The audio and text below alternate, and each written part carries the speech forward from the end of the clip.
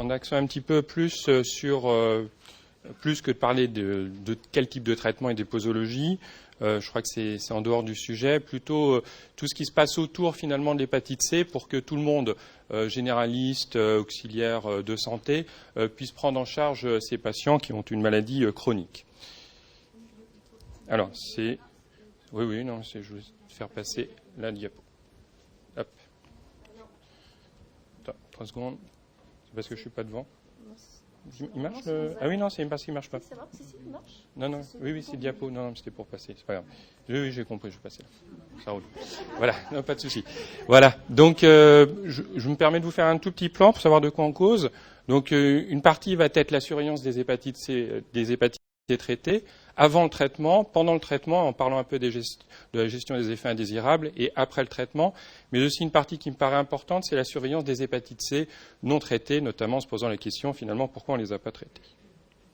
Alors, concernant les hépatites C traitées, donc avant le traitement, évidemment, la première question, c'est l'évaluation de la maladie du foie. Donc, on en a discuté longuement ce matin, je ne vais pas y revenir. Donc, nous, ce qu'il faut, c'est que tout le monde soit sûr qu'on a bien recueilli les informations suivantes. Le F de la fibrose, donc on a vu qu'on peut parler, on a la biopsie du foie, mais finalement, de plus en plus, on va passer pour les patients naïfs avec des tests non invasifs, fibrotest, fibromètre et fibroscan. J'ai bien noté qu'on peut réaliser qu'un seul test, et puis en cas de discordance, éventuellement discuter un deuxième. Le A d'activité, même si éventuellement on peut ne le prendre en compte, mais quand même, juste un petit renseignement, le fibroscan, évidemment, va évaluer la fibrose, mais pas l'activité. Alors, la virologie, bien sûr, c'est essentiel. Finalement, il n'y a que 2 choses qui nous intéressent. C'est le génotype, 1, 2, 3, 4 ou 5, en sachant que vous avez des souches de virus qui sont plus ou moins sensibles au traitement par la bithérapie. Et puis la virémie quantitative, on va définir des seuils de virémie forte ou faible, avec un seuil qui est à peu près situé actuellement autour de 600 000 unités par millilitre. Alors, on parle de l'hépatite C, mais évidemment, il est très important dès le départ de savoir de quoi on cause, à savoir est-ce qu'il existe une co-infection virale, VIH ou VHB. Pour aujourd'hui, je vais me permettre de parler plutôt de l'hépatite C chez le patient naïf non co-infecté pour simplifier le discours. Alors, ça, c'est finalement du domaine de l'hépatologue. Mais l'évaluation du terrain, c'est tout aussi important et c'est du domaine de tout le monde. La première chose, c'est est-ce qu'il y a une contraception ou un désir de conception ? Évidemment, l'hépatite C peut survenir chez une femme jeune, en âge de procréer, et qui va avoir un désir de grossesse dans l'année.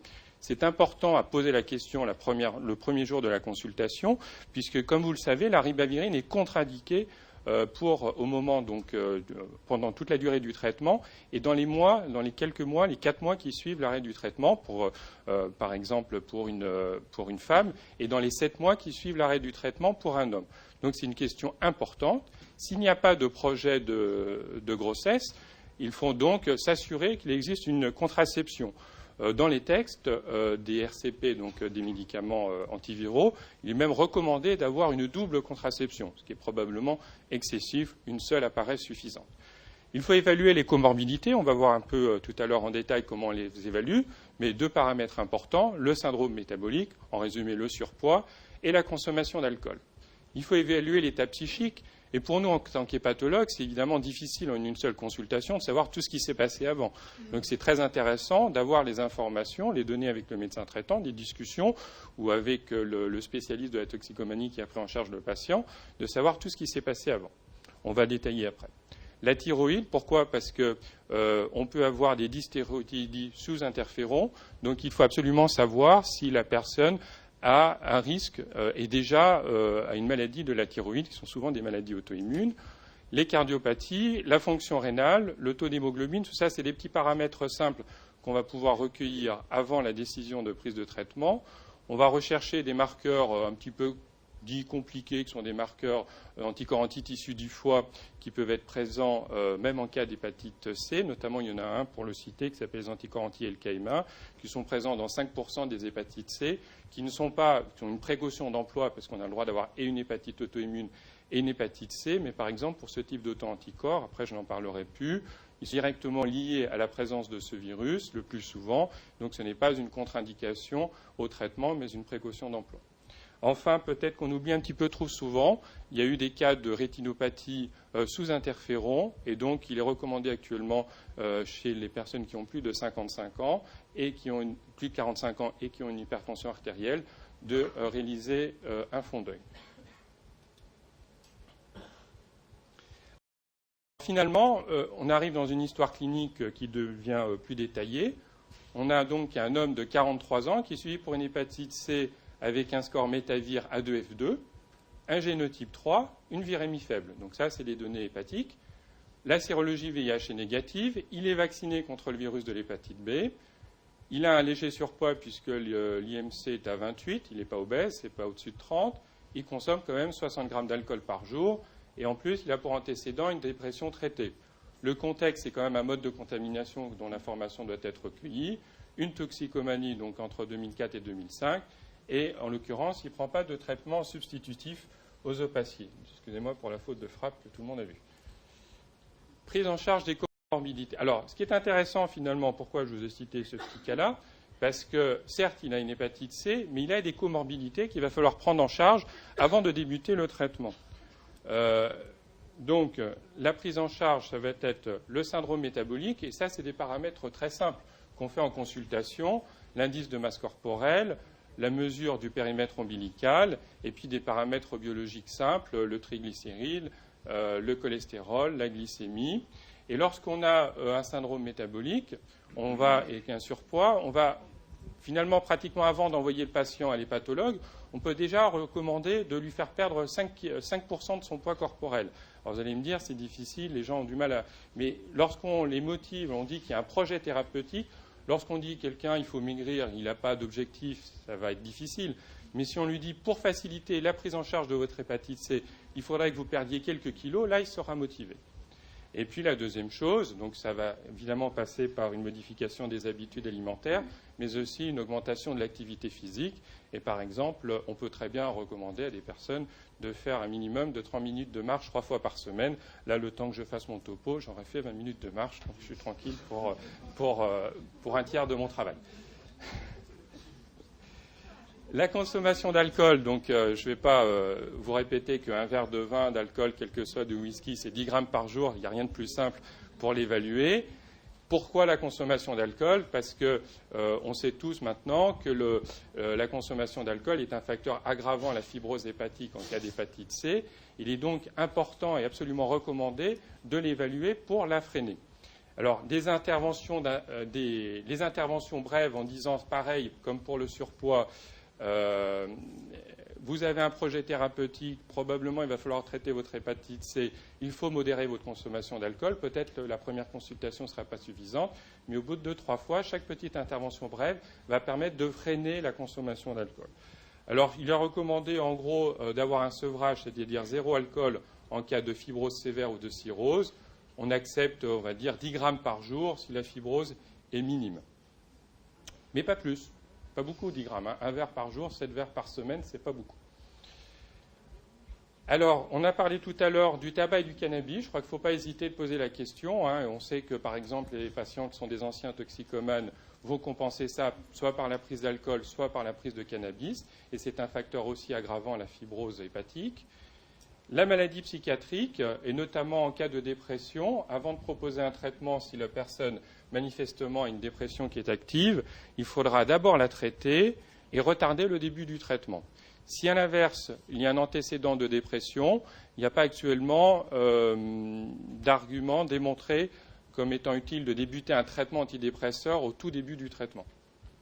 S'il y a un antécédent de dépression, on va bien sûr être vigilant, mais on ne va pas d'emblée, en même temps qu'on va prescrire la bithérapie, un traitement antidépresseur. Donc tout ça, finalement, ça se passe avant que vous nous les envoyiez.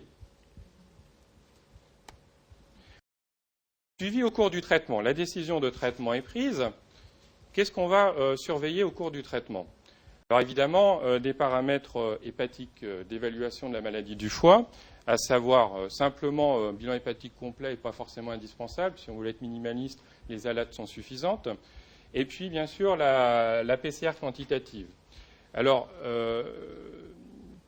si on regarde exactement les AMM, on va évaluer, donc pour les génotypes 2 et 3, il n'est pas utile de faire une PCR quantitative au cours du traitement, puisqu'on a décidé de traiter le patient pendant 6 mois.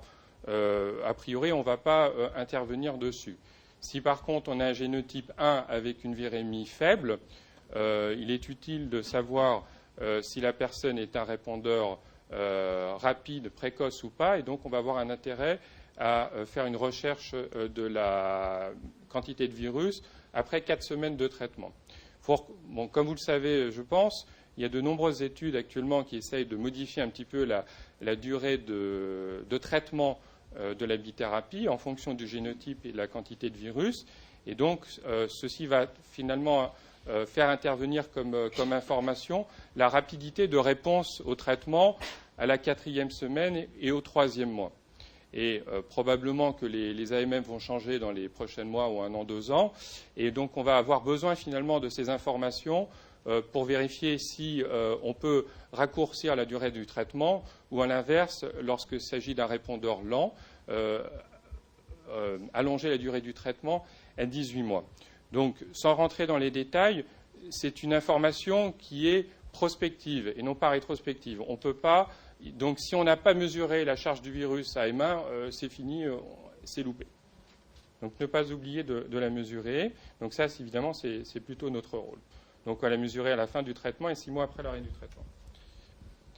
Alors, on va dépister et traiter les effets secondaires de la bithérapie. Donc, en fait, il y a plein de petites choses qui peuvent être utiles donc, en cas d'effets secondaires de la bithérapie. D'abord, le paracétamol et l'ibuprofène en prévention du syndrome pseudo-grippal, les antihistaminiques lorsque le patient a un prurite secondaire à la ribavirine. On peut prescrire des crèmes hydratantes en cas de sécheresse cutanée, une corticothérapie locale en cas de rougeur au point d'injection et c'est fréquent. On peut prescrire de la vitamine H qui s'appelle de la biotine en cas d'alopécie. Ça, c'est des petites choses qui peuvent être prescrites par les pathologues, mais finalement aussi par le médecin généraliste. On peut prescrire en cas d'insomnie du Teralène ou du Xanax en cas d'anxiété. Ça, c'est des effets secondaires qu'on a plutôt au début du traitement, on va dire assez simples et faciles à gérer. On va surveiller le taux d'hémoglobine, notamment dans les 8 premières semaines du traitement, puisqu'un effet secondaire important de la ribavirine, enfin du traitement notamment à cause de la ribavirine, c'est la survenue d'une anémie hémolytique qui peut faire finalement, avec des taux d'hémoglobine qui peuvent passer en 6 semaines de 14 grammes à 10 grammes, avec évidemment un retentissement. Alors le risque, c'est de baisser très rapidement la ribavirine, et il a été démontré maintenant que les premières semaines de traitement, la quantité de ribavirine qui est donnée aux patients est très importante, puisque ça va permettre d'obtenir des réponses virologiques prolongées. Donc, pour pallier à cet inconvénient de l'anémie hémolytique, il existe une indication de prescription d'érythropoïétine qui, comme vous le savez, va permettre de doper la fabrication de globules rouges au niveau de la moelle, mais avec aussi un risque d'effet secondaire en cas de polyglobulie de thrombose. Donc actuellement, il n'y a pas d'AMM concernant une érythropoïétine au cours de l'hépatite C, mais on a le droit de l'utiliser grâce à des recommandations de l'HAS et de la LAFSAF, notamment avec une qui a le plus de recul actuellement, c'est du Néorecormon, avec le schéma thérapeutique et le suivant, qui va permettre finalement de prescrire la bonne dose d'érythropoïétine et de permettre de conserver les doses de ribavirine. Donc ça, c'est un problème qu'on peut régler actuellement. Alors les troubles de l'humeur, vous savez que c'est fréquent et je crois qu'il ne faut pas hésiter, lorsqu'on sent la personne un petit peu hésitante, un petit peu anxieuse, de demander une seconde consultation en présence du couple, parce que le traitement va agir sur la personne, mais finalement, ça va agir sur toute la famille. Puisque vous savez qu'en dehors de la dépression, de l'anxiété, il y a quand même une certaine irritabilité et si le conjoint n'est pas prévenu, ça va poser de grosses difficultés et finalement le patient risque d'arrêter le traitement au bout du 3e mois parce que le conjoint n'a pas bien compris les enjeux. Donc je crois qu'il ne faut pas hésiter de faire une consultation en présence du conjoint, puisqu'on a toujours finalement le temps avant de débuter le traitement. Et malgré tout, si au cours du traitement on observe une dépression, on a le droit actuellement de proposer des véritables antidépresseurs, les fameux inhibiteurs de la recapture de la sérotonine, par exemple du déroxate, ou en cas d'intensité modérée à sévère. Et puis, à l'inverse, en cas de virage maniaque, on a le droit aussi d'utiliser des antipsychotiques type Risperdal ou Zyprexa. Ça, ce sont des recommandations de l'APSAP. Alors, bien entendu, tout seul dans son coin, c'est peut-être un petit peu délicat de prescrire ce type de médicament qui va durer pendant plusieurs mois, d'où l'importance d'en discuter avec le médecin traitant et dans des cas un petit peu plus sévères, peut-être, si c'est possible, de l'adresser à un psychiatre. Alors, tout ça va dépendre finalement de la gravité de la maladie du foie et des bénéfices-risques de la poursuite du traitement, puisque si on a une vraie dépression, vous savez qu'il y a eu quand même des tentatives de suicide, avec des suicides même, des vrais suicides, donc sous traitement. Donc, évidemment, l'alternative, c'est d'arrêter le traitement, et dans quelques cas, on est obligé. Alors, juste une petite phrase pour savoir qu'il faut se méfier aussi de la prise de méthadone. Il y a une interaction médicamenteuse qui fait que ça augmente le taux de méthadone. Donc, la personne qui prescrit la méthadone doit être au courant, éventuellement adapter la posologie. Généralement pas les pathologues qui prescrivent la méthadone. Donc, c'est de façon conjointe avec le médecin, par exemple, le médecin traitant en ville ou d'un centre spécialisé de substitution. Alors, on peut se faire aider d'un test, que évidemment je ne vais pas vous détailler, mais il y a des tests psychiatriques, je ne vais pas vous détailler, le test MINI, qui vont permettre, toujours pareil, en remplissant une certaine grille, de vous aider à dépister finalement, parce qu'on est probablement en sous-diagnostic, de dépister une dépression modérée ou sévère. Donc, autrement dit, même sur ce domaine-là difficile, on a des outils diagnostiques et thérapeutiques. Alors, concernant la thyroïde, en résumé, finalement, c'est quelque chose de pas rare, les dysthyroïdies, c'est 7% des cas, c'est plus fréquent chez la femme, et en fait parce que l'interféron est un inducteur d'auto-immunité. Alors on peut observer différentes situations, des hypo et des hyperthyroïdies, et ce qui est intéressant, c'est de faire un dosage de TSH et d'anticorps antithyroïdiens avant le début du traitement. Pourquoi ? Parce que c'est prédictif dans 50% des cas d'une dysthyroïdie qui peut survenir au cours du traitement par l'interféron, donc de vraiment être encore plus vigilant. Savoir que c'est un peu plus fréquent, donc c'est même beaucoup plus fréquent chez la femme que chez l'homme. Alors, lorsque l'hypothyroïdie est survenue, ce n'est pas forcément parce qu'on a une hypothyroïdie qu'on va arrêter le traitement, puisque les enjeux sont importants, bien entendu. Donc, il ne faut pas hésiter à substituer le patient en donnant des hormones thyroïdiennes, en lui expliquant que c'est un traitement qui va durer, évidemment, on va donner des hormones thyroïdiennes pendant toute la durée du traitement et probablement pendant quelques mois qui suivent l'arrêt du traitement, mais l'hypothyroïdie peut être réversible de façon totale à l'arrêt du traitement, mais pas toujours. Donc, c'est des informations importantes à donner. À l'inverse, en cas d'hyperthyroïdie, le plus souvent, quand même, c'est un petit peu d'hyperthyroïdie, et puis on surveille un petit peu. Éventuellement, on va donner du propanolol pour éviter la mauvaise tolérance de l'hyperthyroïdie. Et puis, très rapidement, il y a une hypothyroïdie, donc on se retrouve dans le cas d'avant. Mais dans quelques cas, il faut quand même donner des anticorps, des antithyroïdiens de synthèse. Bon, le cas le plus souvent, c'est quand même l'hypothyroïdie. Donc ça aussi, maintenant, on connaît bien et on a des algorithmes, d'une certaine façon, du moins, on peut les gérer en prenant en charge de façon précoce la dysthyroïdie. Alors donc, on a parlé de tout ce qui est au cours du traitement. Donc, je vais être beaucoup plus court pour au décours du traitement. C'est plus simple. Il ne faut pas l'oublier. Ce n'est pas parce que le traitement est arrêté qu'on ne voit plus la personne et on ne sait pas ce qui se passe. À l'évidence, lorsqu'on a une hypothyroïdie, il faut évaluer la nécessité d'un traitement prolongé par la thyroïde. J'en ai parlé il y a 2 secondes. La dépression, par contre, ça s'est bien démontré qu'il ne faut pas arrêter le traitement antidépresseur dès qu'on arrête l'interféron. Il faut le poursuivre pendant plusieurs mois. Et je dirais même qu'il faut se méfier de la survenue de véritables dépressions 6 mois après l'arrêt du traitement. Ce n'est pas forcément pendant le traitement, mais ça peut être un petit peu à distance de l'arrêt du traitement. Donc ne pas perdre de vue les patients. L'anémie, généralement, ce n'est plus un problème. Une fois qu'on a arrêté la ribavirine, le taux d'hémoglobine il remonte tout de suite en quelques heures, en quelques jours.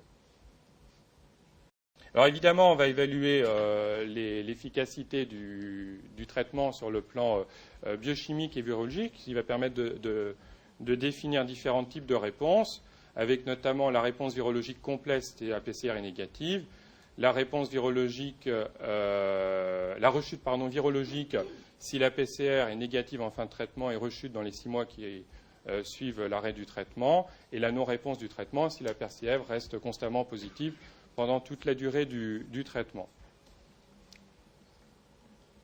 Mais bon, c'est bien, on est à la limite, on va être dans la situation la plus favorable. Le patient a été traité, ça s'est bien passé, les effets secondaires ont été gérés, et on observe une réponse virologique complète. On sait maintenant que finalement, lorsque la PCR est négative 6 mois à l'arrêt du traitement, si on suit les patients pendant des années et si on a une PCR, on va dire vraie maintenant, c'est-à-dire une vraie PCR sensible à 10-12 unités, le patient est guéri sur le plan virologique. Les cas de rechute sont quasiment exceptionnels. Les quelques cas qui ont peut-être été observés avant, c'était parce que les tests de PCR étaient moins sensibles qu'ils ne le sont actuellement. Donc aujourd'hui, il n'y a plus trop de problèmes. On peut observer de véritables guérisons virologiques. La vraie question, c'est est-ce que le foie a guéri ?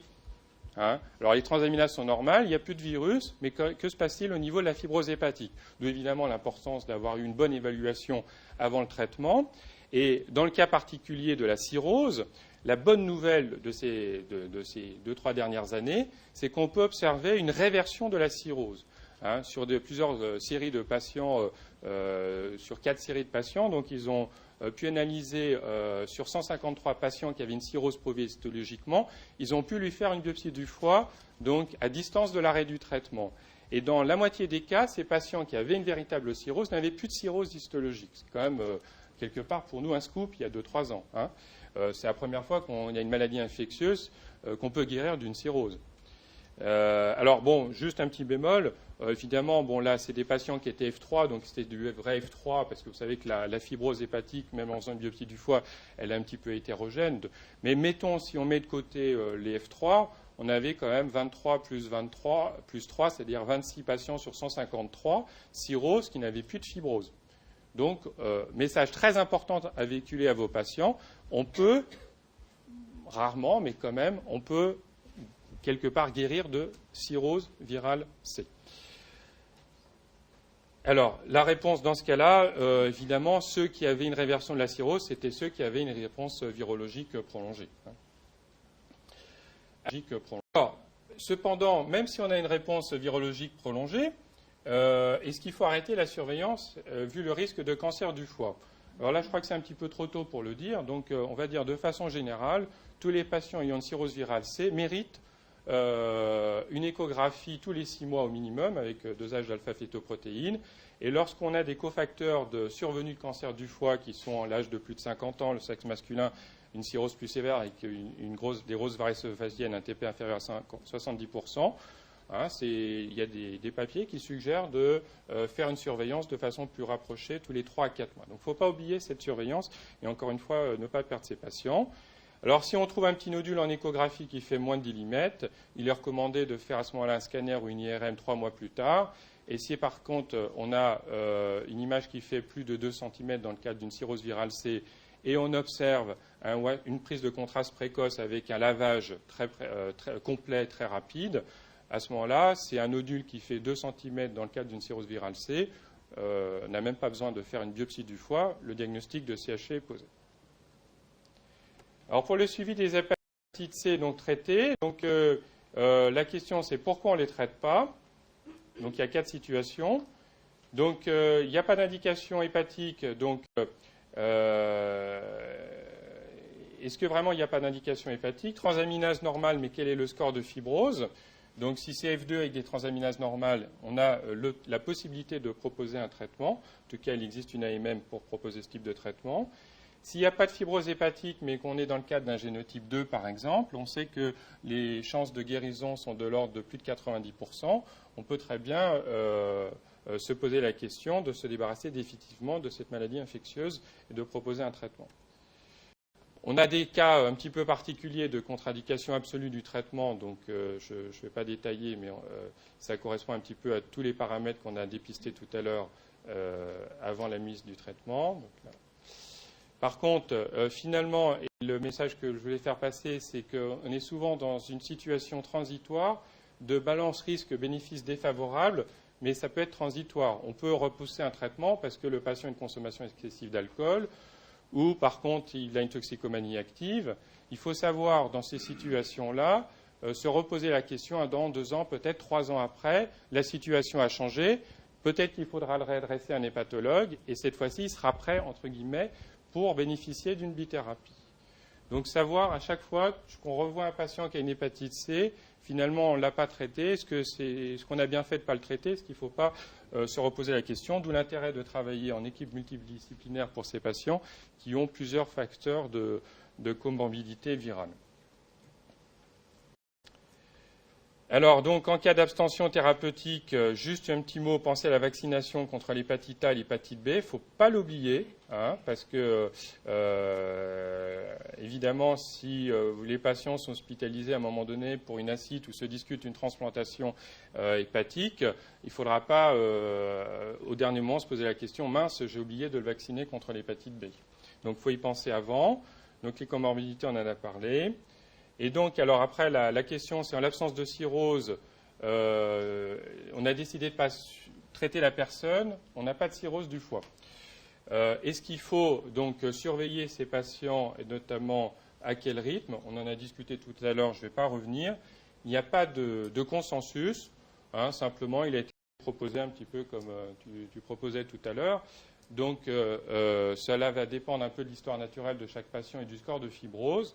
Mais par exemple, là, c'est un schéma qui a été proposé, je crois, par l'école de Zarski, je crois, dans GCB.